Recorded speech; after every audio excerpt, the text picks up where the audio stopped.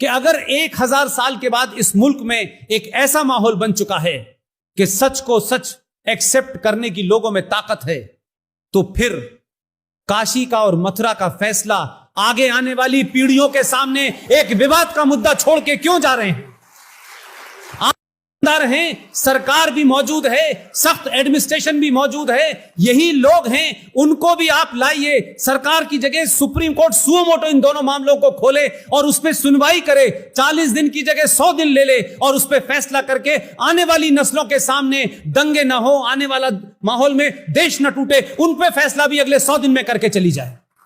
अगर ईमानदारी है तो सिर्फ अयोध्या का फैसला आएगा, उस पर उल्लास नहीं मनाया जाएगा तो देश चलता रहेगा। तो सुप्रीम कोर्ट से मेरी विनती है कि देश में अगले 5000 साल तक शांति देखना चाहते हैं तो जितने भी ऐसे विवादास्पद मुद्दे हैं सब काम छोड़ के एक 5-10 की जजों की बेंच बना दी जाए। वो दिन रात सुन के अयोध्या के अलावा जितने भी ऐसे मामलात हैं जहां झगड़ा हो सकता है आने वाली नस्लों के बीच, उनको समाप्त कर देना चाहिए। एक ही बार तकलीफ होगी, ये जागरूक समाज, जो भी कुछ इस समाज में अगर कुछ होगा भी तो कम से कम उसको बर्दाश्त करने की ताकत इस समाज में है। तो ऐसे ही वक्त में तमाम वो विवादास्पद मुद्दों को सुलझा लिया जाए जिन्हें बार बार आगे लटकाया जा रहा है। मैं नहीं जानता कि 20 साल के बाद कौन जजेस आएंगे, कैसी सरकारें आएंगी, और हो सकता है कुछ सरकारें आए और वो कहें कि नहीं नहीं, बाबरी मस्जिद तो यही थी, क्योंकि अभी भी यही कहा जा रहा है। तो विवादों को इसलिए आगे न बढ़ाएं कि फिर कोई दूसरा देखेगा ना। आज 2019 है, तमाम वो विवादास्पद चीजें जिन्होंने इस देश के संविधान के तहत इस समाज में बैठा दी हैं, उन सबको समाप्त करना इस देश की जुडिशरी की जिम्मेदारी है, जो उनके जिम्मे है। इसको भूलिए मत, इसको आगे मत बढ़ाइए। लिहाजा मैं ये नहीं कहना चाहता कि अब मुद्दा नहीं उठना चाहिए, अब ऐसा हो गया है, भाईचारा हो गया है, तो अब हम भगवान विश्वनाथ है उनकी बात ना करें, अब मथुरा की बात ना करें। क्यों भाई? एक मुकदमे से देश के सारे मुकदमे ठीक हो गए, तो एक तलाक के फैसले से फिर सबके तलाक हो जाने चाहिए? भाई एक फैसला दे दिया, अब सबको उसी वही मान लेना चाहिए? तो ये अजीब, जो जिसे कहते हैं कि जुडिशरी से हटके कोई नए किस्म का एक्टिविज्म है, तो माफ कीजिएगा, समाज तय करेगा कि क्या होगा। आप अपना काम करें। समाज की राय यह है कि दोनों विवादास्पद मुद्दों के ऊपर आप बेंच बनाएं और फैसला दें। हम ये नहीं कह रहे फैसला किसके हक में दें, फैसला दे दें ताकि ये समाज शांति से अगले 400-500 साल तक रह सके। मैं संविधान की एक घटना के बारे में आपको आपके संज्ञान में लाना चाहता हूं, इसकी आप लोग मांग करें। मैंने तो भारतीय जनता पार्टी के कोई 50 से ज्यादा मेंबर ऑफ पार्लियामेंट के मौजूदगी में अलग अलग समय पे, अलग अलग जगह पे पूरी ताकत के साथ कहा है, ईमानदार बनो और ईमानदारी से काम करें। किसको अच्छा लगता है नहीं लगता है मुझे नहीं पता। भारत का संविधान 26 जनवरी 1950 को लागू हुआ था, ये सब आपको पता है। भारत का संविधान बना था, ये भी आपको पता है। 1950 के बाद भारत के संविधान में जो संविधान सभा थी उसने ये कहा कि ये भारत का संविधान है, लेकिन इस संविधान के अंदर भारत की संस्कृति नजर नहीं आती है। तो नंदलाल बोस को बंगाल से बुलाया गया और उनके साथ में विश्वस्वरूप, गौरी, जमुना, पेरुमल, कृपाल सिंह, इन तमाम ऐसे लोगों को बनाया गया जो स्केच के बहुत माहिर लोग थे। नंदलाल बोस के अंडर में टीम बनी और शांति निकेतन के छात्र उसमें शामिल थे, और यह कहा गया कि ये जो संविधान बना है इसमें बहुत सारी जगह खाली पड़ी हुई है, कौन सी तस्वीरें ऐसी इसके अंदर लगाई जाएं जिससे भारत की 5000 साल पुरानी संस्कृति और आजाद होने के बाद का भारत इसमें नजर आए।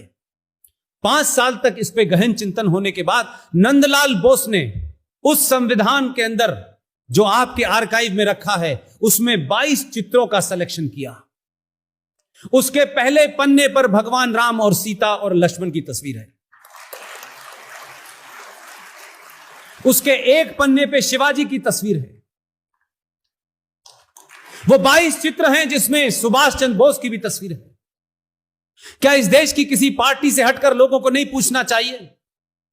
उस संविधान सभा में न कोई आरएसएस का था, न बीजेपी का था, न कोई विश्व हिंदू परिषद का था, और विजनरी प्रधानमंत्री जीवित थे। कोई ये बताएगा कि उस संविधान के अंदर से जो 22 स्केचेस बने हुए थे जिससे भारत की पूरा इतिहास नजर आता था, उसको किसने हटवाया? ये जो संविधान की कॉपी है, ये वो कॉपी नहीं है। आपने अमेंडमेंट तो किए उसमें, लेकिन ये तस्वीरें क्यों हटवाई? ये मैं इसलिए पूछना चाहता हूं कि ये तस्वीरें हटने का प्रताप क्या हो रहा है। उन तस्वीरों के अंदर क्या था?